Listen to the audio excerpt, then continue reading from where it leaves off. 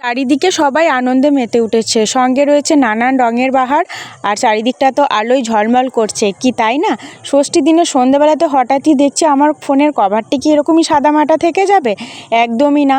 চলো কভারটাকে একটু নতুন রূপ দেওয়া যাক। তাই ষষ্ঠী দিনে বিকালবেলায় বসে গেলাম কভারটাকে নতুন করে সাজাতে। প্রথমে লাল ফেব্রিক দিয়ে একটা বেস কালার করে নিলাম। এবার জানি অনেকেই বলবে সাদাটা প্রথমে দিতে হতো, না হলে তো এরকম হবেই, কিন্তু বিশ্বাস করো আমার হাতে না অতটা সময় ছিল না, তাই একেবারে লালটাই করে নিয়েছি।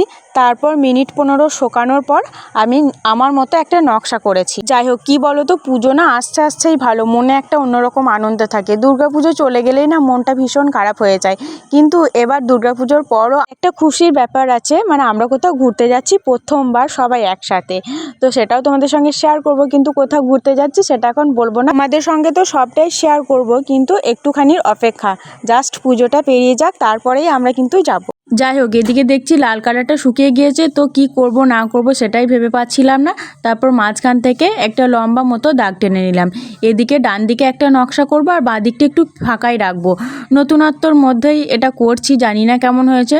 পুরোটা দেখে কিন্তু অবশ্যই তোমরা জানিও। প্রত্যেকবারই কোনো না কিছু আঁকতে গিয়ে না অনেক কিছু থেকে আইডিয়া নিই, অনেক স্ক্রিনশট দেখি, ইউটিউব ঘাঁটি, কিন্তু কভার আঁকতে গিয়ে আমার একটুও সময় ছিল না। এদিকে ভিডিও করব বলে ফোনটাও ঠিক জায়গায় রেখেছিলাম, তাই একদমই নিজের মন থেকে যা এসেছে তাই করে দিয়েছি। ডিজাইনের ক্ষেত্রে আমি লালের উপর সাদাটাই বেশি পছন্দ করি, কেন জানি না, খুব ভালো লাগে আমার।